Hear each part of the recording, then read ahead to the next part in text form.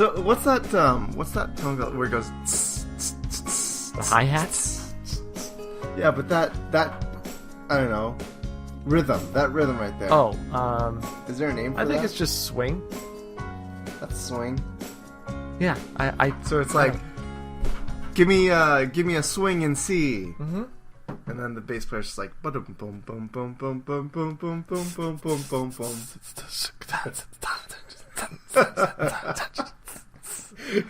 You didn't know that I was really going to go for it, did you? Yeah, we should do our own little like jazz band. Yeah, so you'll be bass, I'll be drums. We'll have some guy come in to do trumpet, and then it'll just be. We could do all of it. Just edit it all together. If we're gonna do jazz, we're gonna do it real, and we're gonna have every member of the band playing there together. It's not gonna be recording wizardry. We are going. If we're playing jazz with our mouths, we're playing jazz with our mouths. I'm not gonna manufacture jazz. Jazz comes from the heart. Hey, you're actually right. Huh? You have a really good point. I wish all my arguments went that way. That's the most successful argument I've had possibly in my entire life. You know what? You're right. I'm nominating you for the argument awards.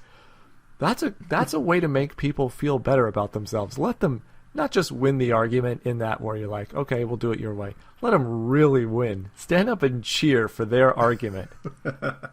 Everybody would walk around so much happier. Yeah, but what it would take was for somebody to stand up for themselves in such a way that they're speaking as if they believe it through and through. Yeah, and that would probably annoy me, so I probably wouldn't let them win the argument. I'd probably just find ways of poking holes and just frustrating them, making them get all annoyed with life and me, and then send them off into the world that way, instead of just letting them win the argument, just letting them change my mind. You gotta let people blow your mind sometimes. That's the most polite thing you can do. I actually strongly believe that. Otherwise, I think you start getting seen as a know-it-all. Yeah. You know? Those guys who are never surprised. Like, sometimes people at my work, they'll tell me something that I knew just, from that morning from listening to NPR or something. Yeah. And I'll be like, oh, what? Really? Yeah. But just so that I'm not the guy who's like, oh, yeah, I heard that already. Right. They come up to you like, hey, the Affordable Health Care Act went into effect today. And you're like, really? Oh, that today? Really? That's today? When you've known for weeks that this day was coming. Or, hey, Barack Obama got reelected a year ago. Whoa! A year ago? Nice. I didn't know that happened. That's good. I voted for him. Yeah, I just never heard how it turned out. I don't follow the news very closely, so I remember going to vote. I didn't hear who won. I never found out who won in 1988. I remember first Reagan was my president, and then a little bit later Clinton was my president. But there was one in 88. Who was that? Dukakis or was that Bush? I remember voting this week. Sonnet 28. We did 27 last week. We're doing 29 next week. And that leaves this week, which is Sonnet 28. Sonnet 28 by William Shakespeare. How can I then return it happily plight that I'm debarred the benefit of rest, when day's oppression is not eased by night, but day by night and night by day oppressed, and each, though enemies to either's reign, do in consent shake hands to torture me, the one by toil, the other to complain. How far I toil, still farther off from thee. I tell the day to please him thou art bright, and dost him grace when clouds do blot the heaven. So flatter I the swart-complexioned night, when sparkling stars twire not thou gildest the even. But day doth daily draw my sorrows longer, and night doth nightly make grief's length seem stronger. Tongue twister Shakespeare. Is this Shakespeare or is this Dr. Seuss? Maybe we should, after we're done with Shakespeare, we should read every single Dr. Seuss book. And just interpret it super deeply. What was Seuss's state of mind during his yellow-blue period. During in the book, one fish, two fish, red fish, blue fish. He's somewhere between blue and yellow, and somewhere between the number 1 and 2 in this section here. What's going on with him? Okay, so initial thoughts. I hear a lot of contrast between day and night. He's saying something, but not quite meaning it when he's talking to the sun, and saying something nice to the night. When you said the sun, do you mean the sun in the sky? The daytime. Okay. So it sounds like he's just kind of what's the word I'm looking for? Making the daytime happy, just showering him with praise. Giving the daytime lip service? Yeah. It seems like that. Yeah. You go give the daytime lip service. You got to give the daytime lip service. Make the daytime feel accepted. You don't want the day getting all, offended. Day, come back. I'm sorry. Oh, come on, Day. Don't go out like that. I kid. Day, please, it was a joke. Oh, you're too sensitive. Okay, why is he giving lip service to day and night? Well, I never agreed to that. I was just trying to give voice to what you were saying. Yeah. I'm excited to see if your thing pans out. I would also like to remind you and the listeners how last week's poem was about how he's traveled away from the fair youth. Mm-hmm. I think maybe this has a little bit to do with being apart also. Oh, yeah. So it might be something like, because each day and night is another day and night spent without the fair youth. Mm-hmm. I curse their existence. Yeah. But I placate's the word I was looking for. I placate their, sense of heavenliness and awe and wonder, and just say, oh yeah, sun, you're pretty cool, even though you got the clouds going on. Night, yeah, you're cool with the stars and all that. I love your idea so much that I really hope it's what's in the poem when we go to interpret it, because I like the idea of paying lip service to the very existence of day. Because isn't that what we all do every single day in our lives? We wake up and we're like, another one of these. Okay, well, yeah. Put on a happy face. I don't want to upset the day. Yeah, at least there's nice shiny bird. There's happy sing-songy birds going around. It's all nice. Oh, look at you. You got birds. That's nice. All right. Wow, sunlight. Oh, it's a flower. Yay. Oh, look, you have purple ones now. Okay. I didn't know you had the purple ones. Okay, so I hope that's in there. So we shall see. I think it's the theme's going to be similar to last week's sonnet about it's really hard going through the day or through the night without you because I just want to be with you. I think it's going to be that simple. But I still, okay. I can't say for sure because as you were sight reading it, I was getting lost in what he was talking about. So I can't, I don't know what it means line by line. That's my guess right now. All right, let's interpret this bad boy line by line, or at least quatrain by quatrain, then by the couplet, shall we? Let's just interpret the poem, and however we do it, we'll do it. We don't need such a roadmap. How can I then return in happy plight? How can I return from my journey? He went somewhere, and now he's going to come back? That's what I'm seeing, yeah. Although happy plight, I think that means some sort of trouble that you're in. Like if you're in plight, doesn't that mean you're in danger? Yeah, I think it does. But maybe it also means fortune, like in happy fortune. Yeah, I'll look it up. Okay, our one line, one word we're looking up, because again, the rules are we're allowed to look up words but not interpretations. So we have to come up with the interpretations, and later we'll check to see if our interpretations were correct. So the first word of the day is plight, and what do you got? Okay, I got plight pulled up here. It is a dangerous, difficult, or otherwise unfortunate situation. I'm guessing he's referring to the unfortunateness of this situation. Yes. Because he's far away from what he loves. But how can I then return in happy plight? I feel there he's saying happy danger or like happy fortune. So there is no danger. So how can I return in a good mood? That's how I'm reading it right now. Okay. That I am debarred the benefit of rest. That's another word I think I want to look up. Debarred? Yeah, it means you can't be a lawyer anymore. Exclude or prohibit someone officially from doing something. Such as being a lawyer. So he's been excluded the benefit of rest. So it's just being barred from something. They barred me from that. Ah, okay. So I think this is a reference to last week's sonnet where he was saying that he wasn't able to sleep. I couldn't sleep at all last night.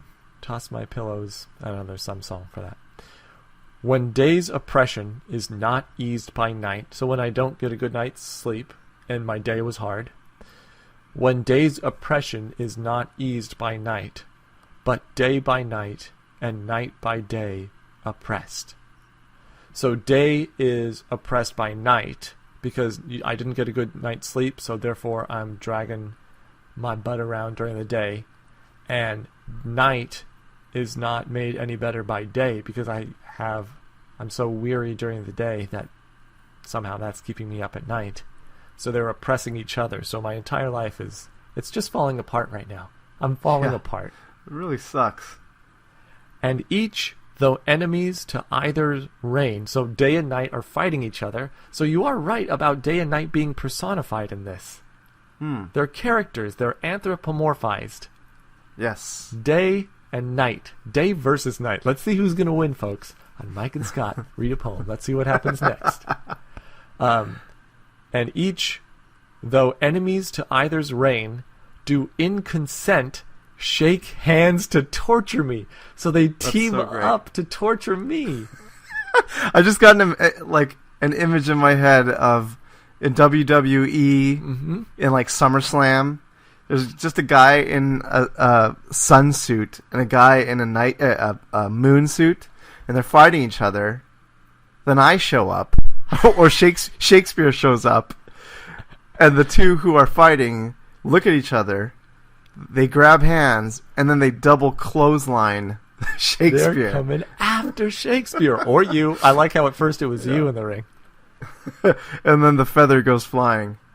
Wow. A little quill. That is, you've really painted a picture. Those are the stakes. It is Shakespeare versus two huge wrestlers, one named Day and one named Night. In WWE, you called it SummerSlam?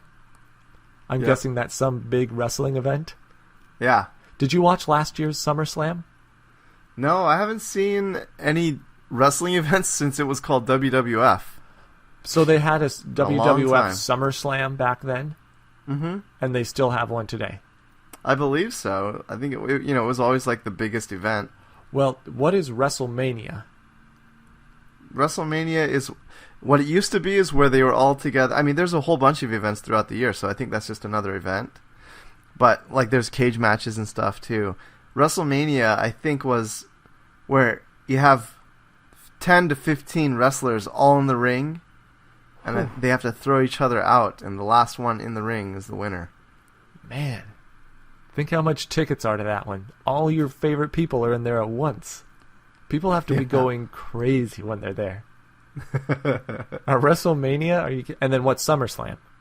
SummerSlam, I think, is just like the big headliners squaring off, and there might be some sort of like a bonus type of match. Okay, but just one-on-ones, a bunch of one-on-ones. Oh, they might do tag teams. Tag teams, really, but not everybody in the ring at once. All right, so that's my education. I didn't come up with any trivia questions there, did you? You just knew the answer to all my questions. All right. Is that what you're looking for? Yeah, no, that was great. So we're in the middle here where we're saying that Day and Night are teaming up against Shakespeare to rip him apart. Do in consent shake hands to torture me. The one by toil, so the day, that's the one, toil is work. The one by toil, the other to complain how far I toil, still farther away from thee. Wow. Toil. Does toil also mean travel? Toil. Work extremely hard or incessantly, exhausting physical labor. Okay, so it's still how far I toil.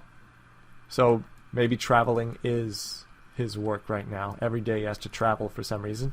How far I toil, still farther off from thee. I tell the day to please him thou art bright. So I tell the day just to placate him. You are right. Oh, that's beautiful, Mike. You did it. You saw that right off the bat. Okay, keep going. And dost him grace when clouds do blot the heaven. So that's like saying, oh, what beautiful clouds, Look at the clouds you have there. Oh, they come Good in, job. They come in fluff now, huh? Okay, that's nice. I like the fluff. So flatter I, the swart-complexioned night. So the dark night. So I flatter the dark night. When sparkling stars, 'twere not thou gilt'st the even. Okay, hold up. What did you say there, Shakespeare? When sparkling stars twire, not thou gilt'st the even. Even being heaven, maybe? Evan? I don't see an apostrophe, though. So, sparkling stars, that's bright, okay? The night does not equal that brightness. The even gilt's the even how much it glitters. When sparkling stars, 'twere not thou gilt'st the even. It seems to be maybe a mathematical equation, but I don't know. That line's tough, and I don't know. I don't get it. But it doesn't really throw off my interpretation of the whole poem, I don't think. It's just he's saying something so fancy right here that I can't unlock it. I please the sun, even when the clouds are there to block out heaven. And I even flatter the nighttime, even when sparkling stars are not there. Because sparkling stars are what makes the nighttime beautiful. And so he puts the even at the very end of the sentence. Yeah, maybe. And then the couplet here. But day doth daily draw my sorrows longer, and night doth nightly make grief's strength seem stronger. That sounds like a Christina Aguilera lyric. So day makes my sorrows long because it just the sun's beating down on me. I'm toiling. I'm fully conscious. I'm thinking about how sorrowful I am. And at night, it's even more intense because I'm just lying there staring up at the blackness. Ooh, it's cold. This is a cold one. But it's a compliment again. That's what you do when you're apart from somebody. They want to hear that your life is terrible without them. And Shakespeare's not afraid to do it. He's not afraid to be in terrible, terrible agony.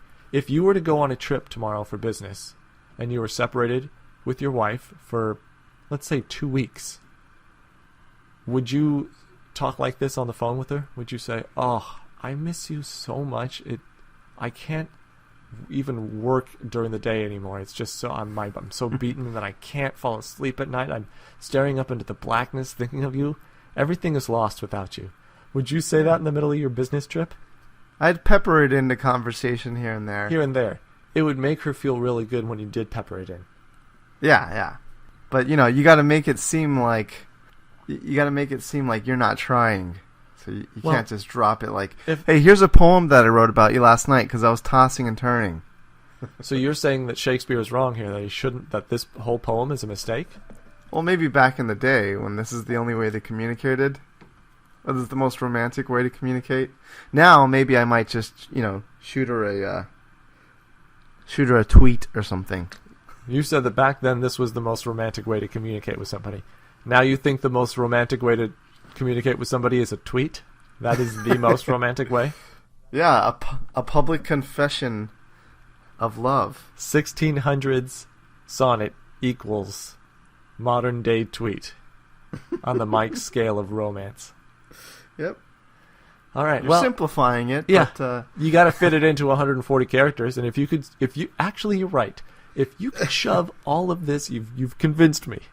If you could put all of this feeling into 140 characters, where it is crystal clear, the power and depth of what you are saying, and you tweet it out there for all to see in 140 characters or less, and everybody gets it, and you're saying it for that one person, that is pretty romantic, especially if you have a lot of followers.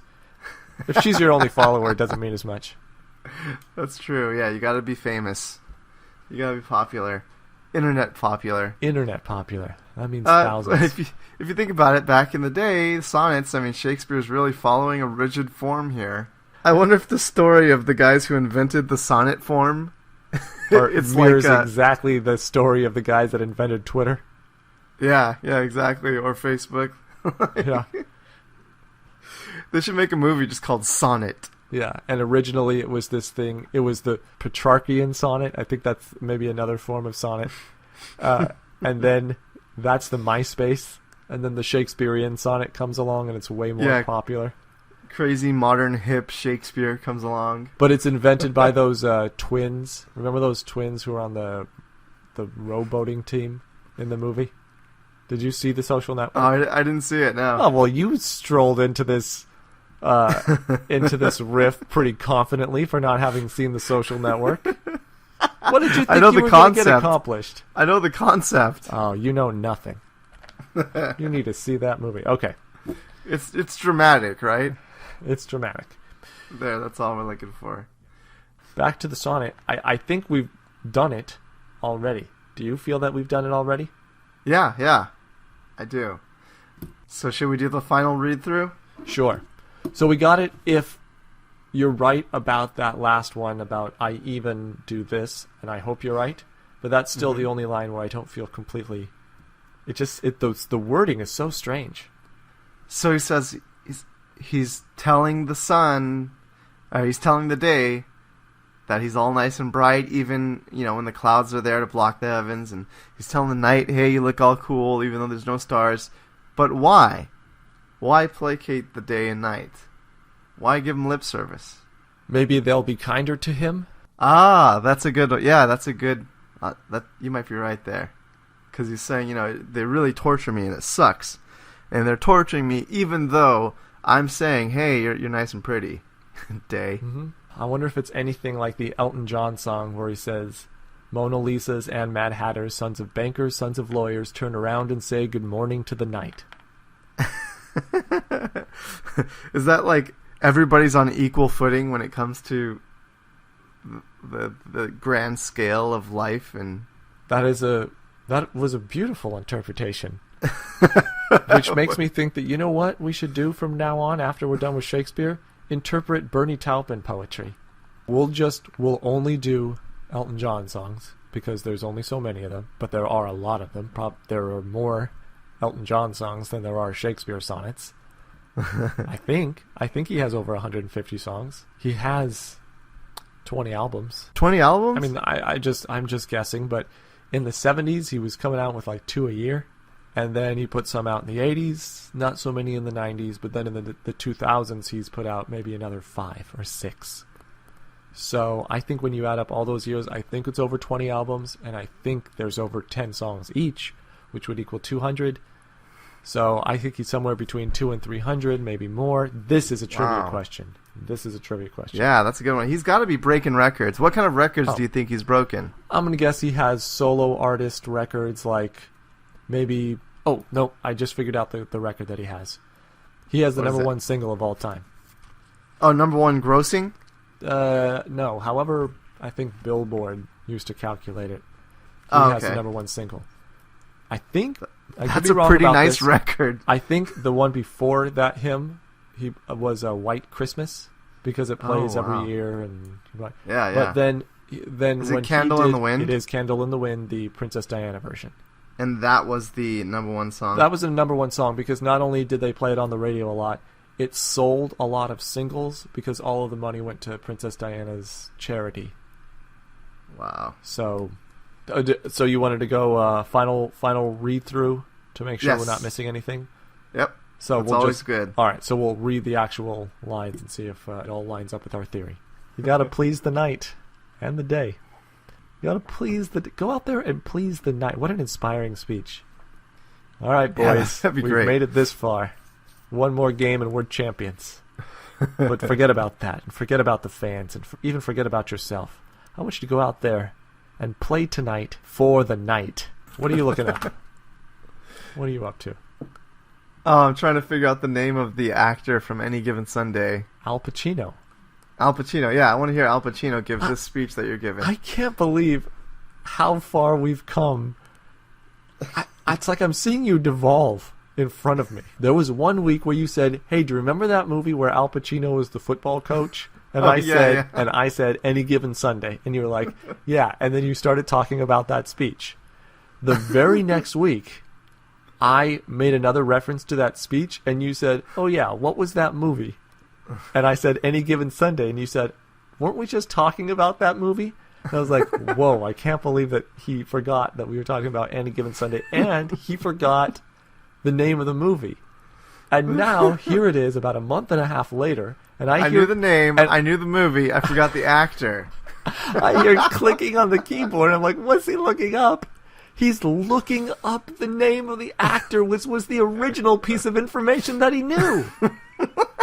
He said Al Pacino was in a movie where he was a football coach. What was the name of the movie? By the end of our podcast series, yes, I'm going to be an expert on Any Given Sunday. I don't think you are. I think you're going to keep getting worse. You're going to say, I could only think of 2 football movies. They are The Longest Yard and Heaven Can Wait. Those are the only 2 I could remember. Can you think of any more? And I'd say, yeah, Any Given Sunday. Were you impressed that I could think of 2 football movies? Yeah, I thought you were going to throw Rudy in there. Oh, that would have been much more obvious. I don't know why Rudy didn't dawn on me. Heaven Can Wait. I was reaching for that one. And the another one. What's the name of that one? What's The Replacements? One with Burt Reynolds? Is it Replacements? Well, there's 2 movies called The Longest Yard. One where he's the quarterback, and then one where Adam Sandler's the quarterback. It was a remake of it. Oh yeah, okay, that's right. They were named the same thing, right? Named the same thing. But then there's The Replacements. That is with Gene Hackman, I think, and Keanu Reeves. And then there's one more with Scott Bakula called Necessary Roughness or Unnecessary Roughness. I think it's Necessary Roughness. Because the joke is, in football, it's called unnecessary roughness. That's the penalty. Oh, is that what... Wait, I haven't seen that one, actually, now that I think about it. Unnecessary roughness. Necessary roughness, I'm pretty sure. Necessary. We'll look that up. We'll just make sure. I don't want to be wrong about this. But I'm pretty sure it's necessary. There's also Waterboy. There's also Waterboy. There was a lot that I missed. And there was Leatherheads. There was a lot that I missed. Oh, yeah, with George Clooney. Yeah. All right, so wait, Scott Bakula should be in a Dracula movie. I'm sure that people named Bakula have to go through that their whole life. The tagline of the movie would be, Dracula is Bakula. And it would, Scott Bakula would be Dracula. They would do that only for the Scott Bakula is Dracula for the second movie. They wouldn't do it for the first one. They would just say, Scott Bakula in Bram Stoker's classic horror film. They would separate it as much as they could. You're right. I was just waiting for you to drop it, but you're like, in Bram Stoker's I won't even say it. Horror. I refuse to say those 2. I think it's disrespectful. I know I wanted to make this film, and for some reason Scott Bakula really wanted to be in it. He financed the film, and it was just my version of Dracula that I wanted to do, and actually he's terrific in it. He gives a really great performance. He deserves an Oscar. I didn't want to play into the joke about his name rhyming with the character. But I did want to give him credit, and it was actually part of the stipulation for him financing the film, is that his name appear before Dracula in the title. So that's why I gave it the long name of Scott Bakula is the classic monster created by Bram Stoker in Dracula. And at that point, it's been separated by so much that I feel like the artistic integrity was kept. That's the only way. And again, the film is a terrific film. But then it's so successful, we make a sequel, and then the tagline is Dracula is Bakula. And it's a picture of Dracula's back. It's written like on his cape. And he has 2 fingers held up on his right hand, and you know it's Dracula too. And he's wearing sunglasses, like Oakley sunglasses, so he can be in the daytime. Yes, but he's holding up a looking glass. What do you call that? A mirror? I call that a looking glass. I can't believe I did that. Well, you're in the time period. Was it It's time understandable. period? Okay. So he's looking at that, and that's how you could tell he's wearing sunglasses. So with his right hand, he's holding the looking glass, and with his left hand, he's holding up the number 2. So, and I mean his first finger and his middle finger. So it's Dracula 2, and he's looking at you with his sunglasses, so he can go in daytime because apparently it was just their eyes that needed protected. And on his cake, it says, Dracula is Bacula. Yeah, and then at the end of the movie, he quantum leaps into the 90s. Oh boy. And that's how Quantum Leap starts. He was Dracula the whole time. And it makes sense. Like, did you ever notice the way Sam every once in a while was just drinking blood? I never got that until now. I'm glad that they cleared that up. The fangs, they all make sense now. Throughout the whole series, I've always wondered. I always thought it was his actual teeth because I thought there's no reason for this character to have fangs. Now that I know it's Dracula, I don't know why the fangs weren't bigger. So we were in the middle. We hadn't even gotten started with our review. Boy. Oh, yeah. Okay. How can I then return in happy plight that am debarred the benefit of rest? I read that as, how can I be in a good mood when I didn't get a good night's sleep? So far it's a mattress commercial. Can you not sleep at night? Or vitamin and vitamin. When day's oppression is not eased by night, but day by night and night by day oppressed. The day's making my night worse, the night's working the day. It's a chicken and egg situation. I'm never happy. Okay, I'm never ever happy, and I never feel rested. And each, though enemies to either's reign, do in consent shake hands to torture me. Again, the WWE is what I shall always think of whenever I read this poem. The one by toil, the other to complain how far I toil, still farther off from thee. They're giving it to me from the left. They're giving it to me from the right. And when I turn around, I'm just farther away from you. But I'll tell you what I am doing. I tell the day to please him, thou art bright, and dost him grace when clouds do blot the heaven. You look fabulous. Is that a little white in your hair? Oh, you look dignified with it. You look so mature. Look at Mr. Mature over here. So flatter I the swart complexion night, when sparkling stars 'twere not thou gilt'st the even. You got me again, Shakespeare. I just can't read that. It's like I trip over it. But anyway, what I mean to say is, the night is dark, but I tell it, even when the stars aren't really there, I tell it that it's beautiful. I do it.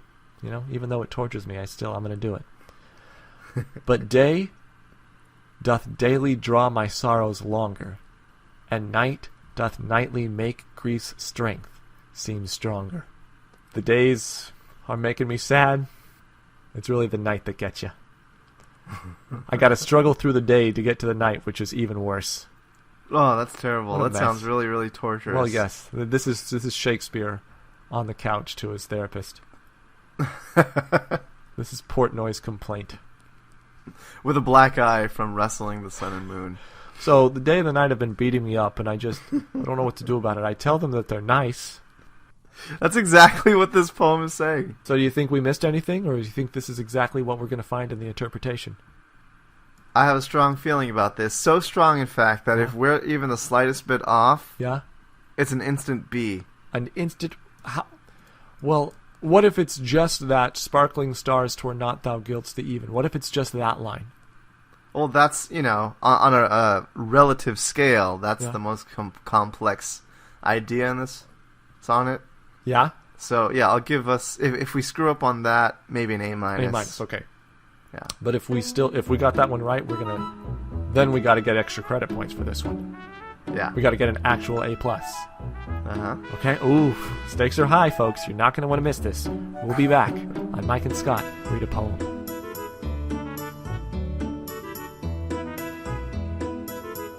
We didn't get the A, Mike, did we? We did not get the A, I'm afraid to say. But I do feel we deserve a solid B on this one. Solid B and a handshake, like a very good effort. Yeah. A firm handshake, not even not a wet noodle handshake. Yeah, not like with eye contact. Just two people standing, one giving the other respect and the other receiving it. Yeah, do we deserve a wink at the end of the handshake? I would wink at somebody that did this well. All right, yeah. So that's just like a little Mm-hmm. nice little wink. I guess I give a wink anytime I think somebody's been giving effort, though. Yeah. That's what I care about the most. You gave a lot of effort, too. Okay, the reason why I think we don't get that full A is because I tell the day to please him, thou art bright. In that line, he tells the day to please him that thou art bright. The thou that Shakespeare is referring to here, according to the interpretations we've read, is his beloved, the person that he's writing this poem to. The fair youth. We thought that it was, I tell the day, comma, quotation mark, you are so beautiful, as if he's talking to the day, but we are wrong. He's talking to the fair youth. Yeah. And he's referring to the fair youth saying, look, I tell the day, because the day's kind of troubling him and torturing him so much, he's trying to placate. So we're right in that he is trying to placate, trying to give him lip service. But the reason why is he's saying, look, my beloved is so bright that even when the clouds are even when the clouds are blocking out the sun, my beloved picks up your slack and makes your workload a lot lighter. We thought that he was giving Day lip service by telling him how beautiful he was. Hey, Day, you're looking real beautiful today. But what he's doing is he's offering him a little rest. Like, hey, you back tired over there? Because I know a guy that could step in for you. He's really trying to be nice to the sun. Yeah, don't work so hard. Take it easy. Other people could do this for you. I know a fair youth. Just take a break. He's killing the sun with kindness here. And he's telling the night, oh, look, stars didn't come out, huh? You know, I could fix this for you. I know somebody. You glow so bright, nobody's going to notice you don't have any stars out. You just say the word. I call them up. Yep, and that's exactly it. That's the biggest point that we missed on this week's sonnet. Other than that, I think we did very, very good. The interpretations seem to all agree that he's tortured by day and night because of the distance, because he's at nighttime he can't sleep because he lays awake thinking of his beloved. In daytime he toils away working hard, even harder because he didn't get any rest at night. And I think it was on maybe Spark Notes where it actually compared it to WWE, just like you did. That was the extra credit. Oh, that's right. I did get extra credit. Oh, yeah. I was right. I was very proud of this one. I was right that happy plight means happy state of mind. I might have said those exact words. We'll see when we check the tape later. Maybe I didn't say those exact words. That'll be a trivia question. Did I say those exact words? I'm kidding. It's not a trivia question. What are our trivia questions? So far, all I have written down is necessary roughness, and we already know the answer to that. Yes, it's called necessary roughness. No, what I've gotten written down here is we're going to look up some Candle in the Wind stuff and see what other types of world records that Elton John holds. Oh, okay. What other records does he hold? Because there's nothing to look up with Candle in the Wind. Okay. I got that one. Well, let's go top 5. Top 5 singles of all time. Okay, that's a good one. Nice. Top 5. Do you have any guesses? Okay, I'm going with Candle in the Wind is number 1. I think a Michael Jackson song is in the top 5. Like Bad? You're Bad? Or no, just the song Bad. I'm not going to give you any help because I'm going to have my own. Oh, okay. I think Fall Out Boy might be up in there somewhere.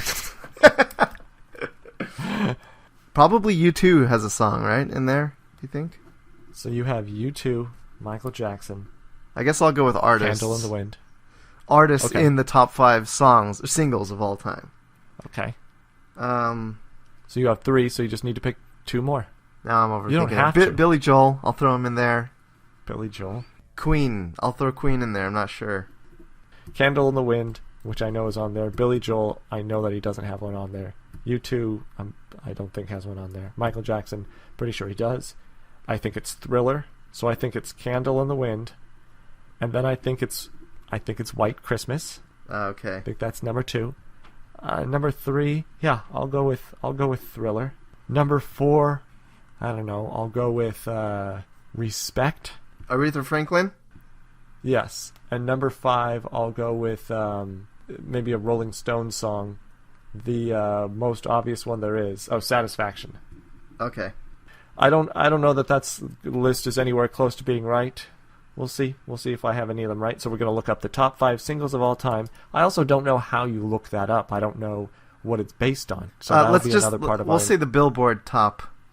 Okay. Top pop. But if we just put in top 5 singles of all time, maybe it'll tell us different ways that it's rated, and we could include that in the trivia question. Yeah. All right. Or answer. And then Necessary Roughness. And is that it? Yep, that's it. Okay, so we'll be back. I'm going to read a poem. What did you just say? I just mumbled.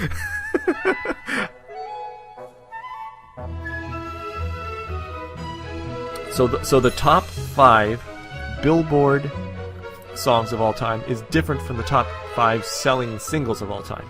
So the top 5 Billboard is number 5, Party Anthem. Is it Party Rock Anthem? Yes, Party Rock Anthem.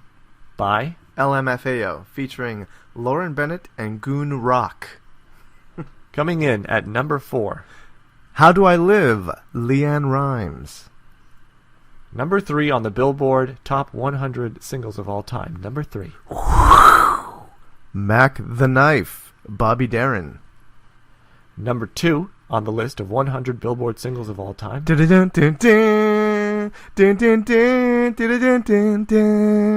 Smooth by Santana, featuring Rob Thomas. Number 1 on the Billboard 100 Singles of All Time, coming up after this break. We're back. Let's review so far the top 5 Billboard songs of all time. And you do it just as long. Number 5, a Party Anthem. So number 1 is... You can do this one. Number 1 is The Twist by... Is it just Twist? I don't have the list in front of me. It's The Twist by Chubby The Twist Checker. By Chubby Checker. Come on now, but you know what's funny is that there was a sequel to that song. Let's twist again, like we did last summer. Of course, he'd want to twist again like that. He sold millions. So that's the top 5 Billboard singles, but that's different than the top 5 selling singles. Mike, number 5 on the top 5 selling singles of all time. What do we got? The 5th highest selling single of all time. We Are the World. USA Ooh. for Africa. We Are the World. Okay, that's a good one. We talked about that song on our very first episode, which isn't aired, which our listeners can't listen to, but the first episode that you and I recorded. It's in the archives. Because we were wondering how they made the crowd sound for Queen. Oh, yeah. How in We Will Rock You, the boom, boom, and I said something like, it's not like they got a whole bunch of people in the room like We Are the World. And then, I don't know, we started talking about We Are the World a little bit. So anyway, so number 5 is We Are the World. That was a surprise to me. I didn't see that one coming. Okay, number 4. Number 4, with $25 million in sales, Bill Haley and his Comets with Rock Around the Clock. All right, well, 1954. You give me the artist from the 1950s. I give you his one song. No, I'm kidding. Buddy Holly had a lot of songs. Billy Hayes is Buddy Holly? No. I'm saying that Bill Haley, I only know Rock Around the Clock. Or, no, you know what? He had I don't know why I said that. He had a lot of songs. I think but I knew that the highest selling song was Rock Around the Clock. Right. Buddy Holly, I don't know what his highest selling song is. I don't know if it's Peggy Sue or... I Love You, Peggy Sue. Yeah. Love you. All my love, all of my kissing. You don't that's got to be higher. That's a good one. You think that's higher than Peggy Sue? I think so. All right, well, we'll have to save it for next week. We can't look up Buddy Holly now. All right, let's keep this list going. Number 3. We were at number 4. Number 4 was Rock Around the Clock? Yes, number 3. Number 3? Is Bing Crosby, 1935, Silent Night. Oh, he snuck in there again. Yep. Well, both are going to be played during Christmas. $30 million in sales. Okay, both are going to be played during Christmas, and, were popular when they came out. It just keeps renewing itself. Sorry, it might not be $30 million in sales. It's 30 million sales, so that might be individual records. Yeah. So it might be a lot more. But at $1 each, if they were $1 each, that would be 30 million in sales. My quick math. Number 2. Elton John, Candle in the Wind, I 1997. said it was number one. I don't know. I don't know maybe if it was at one point or if it's like the number one non-Christmas single. Oh, that's It's some probably... sort of- That sounds familiar, actually. So Okay. that had 33 million in sales. Okay. Number So one that means number one is White Christmas, right? I know I just took it away from you. is Bing Crosby, White Christmas. With You see, though, Okay. I'm a sore loser. No, but now you have to guess the sales in millions. Okay. So let me count up the sales in millions from number 5. We Are the World has 20 million. Rock Around the Clock, Pittance. 25. Pittance. Silent Night is 30. Pittance. Candle in the Wind is 33. White Not Christmas pittance anymore. is... I think it's going to go way over. So 37 is Candle in the Wind? No, that's 33.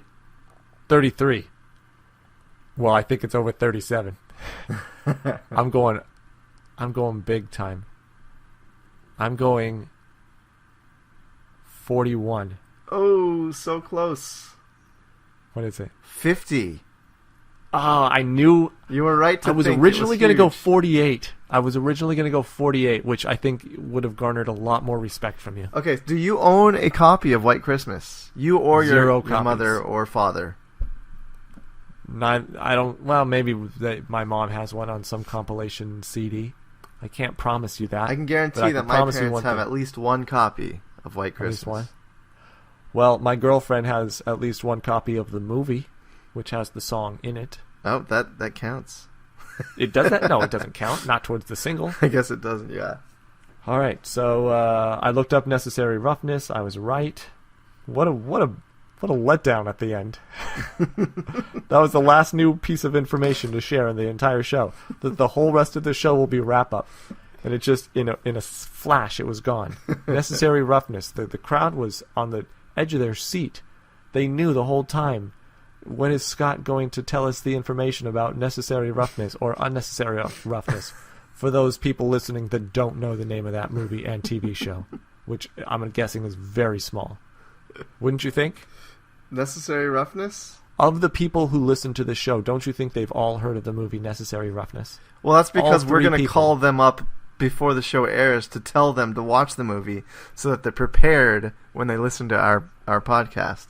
The thing is, we could probably do that. I don't know for sure the people that listen to this. It's like, look, But- hey, Mom, real quick, I just got to tell you Yes. to go to the nearest Red Box and get Necessary Roughness. That's foolish, Mike. There's no way that Necessary Roughness is in a red box. They don't have movies that obscure. You just got to get it to her somehow. All right. You take her the movie. I'll tell her to download it illegally. Teach her how to download illegally. No, Mom, Pirate Bay, not Private Bay. Pirate Bay. Come on. Oh, man. Well, maybe one day our moms will download this episode of this podcast from Pirate Bay. Because why listen to it on iTunes or Stitcher or some legal means when you could illegally download it, possibly filled with virus, from Pirate Bay? It means a lot more to us for those of you listening to us on Pirate Bay. We really appreciate that people have downloaded our podcast onto their computer. Yeah, by and then taking on the uploaded added it. risk. That's why we try to bring it so hard every week. We know that listening to us is risky. You may have lost. You could have had your identity hacked. You could be missing everything, but you chose to fight that risk, to listen to us analyze Shakespeare. And we're never going to forget what you've done for us. And every day that we spend apart from you is torture. And every night is also torture. All right? Is that enough for you? It's perfect. You bring it back so perfectly. Oh, how the wheel has turned. On Mike and Scott, read a poem. Good night, everybody.